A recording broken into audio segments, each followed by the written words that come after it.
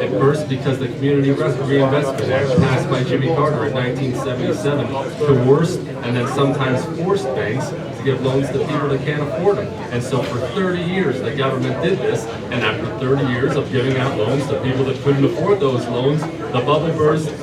And once again, after government causes a problem, government stands on a pedestal and says, look what capitalism did. They caused this problem. That is not what happened. It's completely false that people put that out there right now. This is a government-caused problem. Regulation, the three most regulated portions of our economy are the three that fail.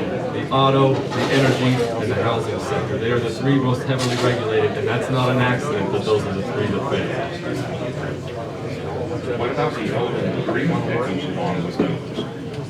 Where are we going to find these people that aren't greedy? I've heard this a lot. That what about the element of greed? What about greed this or greed that? Is Nancy Pelosi greedy? Is Barack Obama greedy? Made $5 million in 1 year and gave. No, we're talking about the exact same thing, because when we talk about greed, we always accuse the other guy of being greedy. And always, and then we hear this a lot from liberals, that it's never considered greed to steal what's someone else's and hand it out. It's always considered greedy to keep what you've earned. That's a really odd way to look at things. Everyone is greedy. It's human nature to provide for yourself and your family as you see fit. And that's the beauty of free market capitalism. It acknowledges that that is human nature. No piece of legislation is going to change it. It acknowledges that, lets businesses compete with each other, and when that happens, the consumer wins. Not only the business wins, the consumer wins. We carry around iPhones today because the technological sector of this economy, they compete with each other, and therefore they provide amazing products to us. Okay? Well, let's take the government, this massive government that we have, and we spend all this hundreds of billions and trillions of dollars on, and let's take them down to the border. What are we going to do for the border situation? Well, we're going to build the double-layer border fence first and foremost. They built it in San Diego, and violent crime dropped by 54%. They built it in El Paso, and they secured their sector.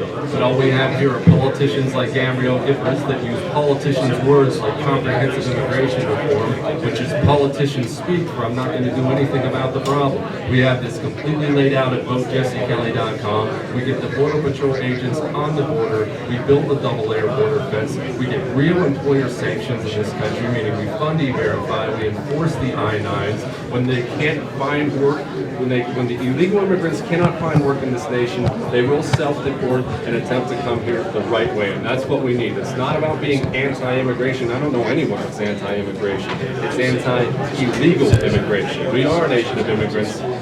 We are a nation of people who immigrated here to become Americans. Not just to live off the fruits of America, but to become Americans. Come here, assimilate into our society, and that's why we'll all be better off. Okay, and who in this downsized government pays this massive expense of keeping these illegal aliens out of here and sending them back home? Right now, we have American people who are dying and being murdered on their own property. We have American citizens who are not allowed to enter national forest area because the drug cartels have so taken it over. What we have on our border is a national defense issue, and it is Congress's number one priority, the federal government's number one priority, not to tell you what kind of toilet to keep in your home, but to protect the American people. And that is what they have failed to do.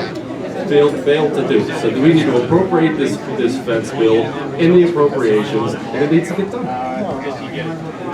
Do you see that happening? So one of the questions that I've asked a couple of candidates is does the border issue exist because of apathy in Washington, or are there people in Washington, groups in Washington, that encourage the kind of behavior that we see on the border? The border issue exists because neither party is 100% committed to solving it. The Democrats, the liberals are 100% committed to not solving it. The Republicans, half of them view amnesty and these other things as a possible voting bloc instead of protecting the American people. The border is not secure in this nation because the politicians we send to Washington don't want to secure the border in this nation. It's not an accident that borders all across the world have been secured. From Israel to Korea to all the way on down, they secure their border. We're the only nation with all this wealth and all this technology. We walk around pretending as if we can't solve the problem. We can solve the problem. The problem is, do we have the willpower to do so? And right now we don't have that in Washington. Well, there's more than just the Mexican border, though. We're surrounded by oceans on all sides. How do you secure that border? We have one of the best navies, and we have the best navy and the best Coast Guard in the world. Well, we have the best border patrol in the world, too. That's right, but our border patrol are not on the border. They're pulling their hair out about that. The bureaucrats and the politicians are constantly pulling them off the border. The border patrol agents want to be on the border, yet we have segments down here where there are 500 border patrol agents and there are 2 at a time on the border. That is a massive problem. But once again, the politicians don't want to solve the problem. That's why these poor border patrol agents are being pulled off of lanes where they're catching too many narcotics, because if they catch too many drugs in one day, it looks as if the problem hasn't been solved. And as a result, because they play politics with people's lives, now people are scared to leave their homes down here in southern Arizona. And again, we have a congresswoman who's done nothing but talk about it. I think her conduct in this matter has been nothing short of disgraceful, and that's why she's going to go home in November. Well, let's talk about something that's a little bit thornier than that, and that's jobs. So the reports last month from the about jobs in America is that we're on a sinking ship here. There are fewer and fewer jobs. Congress doesn't have the money or the willpower to extend unemployment benefits to those people where they've run out. This is pretty critical. And when you're talking to people, you can talk to them all day long about border issues and security issues, and none of it really matters if they can't pay their mortgage. That's exactly right. That's because this government's policy has been to chase jobs overseas for too long. Again, I'll come back to it. We let the Sierra Club run our environmental policy. As a result, our entire manufacturing sector has been exported to China or India, where they welcome you with open arms. We have the second highest corporate tax rate in the world. We chase business away. We have this heavily progressive income tax that punishes success, punishes risk-taking, and then we look around with all these business-crushing policies. We look around and throw our hands up and wonder why the jobs are going overseas. They're going overseas because they're fleeing these government policies. We got wealthy in this nation because our policies were exactly the opposite of what we have now, because we told business from all over the world, you're welcome here, come here, do business. Not now.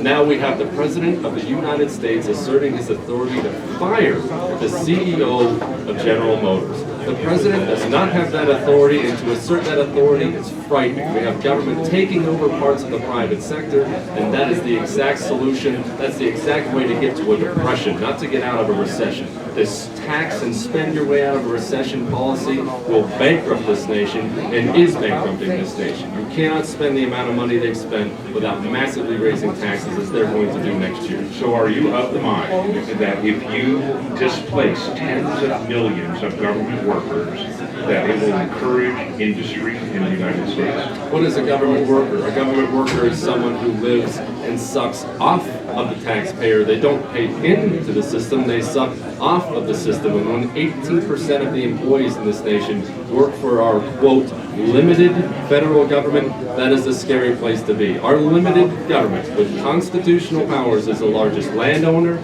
creditor, debtor, insurer, employer, employee. That is a scary place to be in America. Okay, so once again, if we eliminate tens of millions of government positions, what happens to the economy? What happens to the economy? Job creation. What happens to the economy is it recovers. That's what happens to the economy. When we stop these policies of sucking out of the private sector to expand and empower government, then the private sector comes back. This policy that we can simply tax the private sector and suck as much of the juice out of the private sector as possible, put it into government, and allow Joe Biden and Barack Obama to control where that money is dispersed, to think that that will recover an economy is ludicrous. And we've seen what happens with the stimulus bill. We see what happens with government waste and fraud. Money going to zip codes that doesn't exist. Money going 2-to-1 to Democrat districts over Republican districts. Government did what government does, and that's expand its own power and play politics. And the problem is, they're not playing politics with themselves. And they're not even just playing politics with my money, my tax dollars.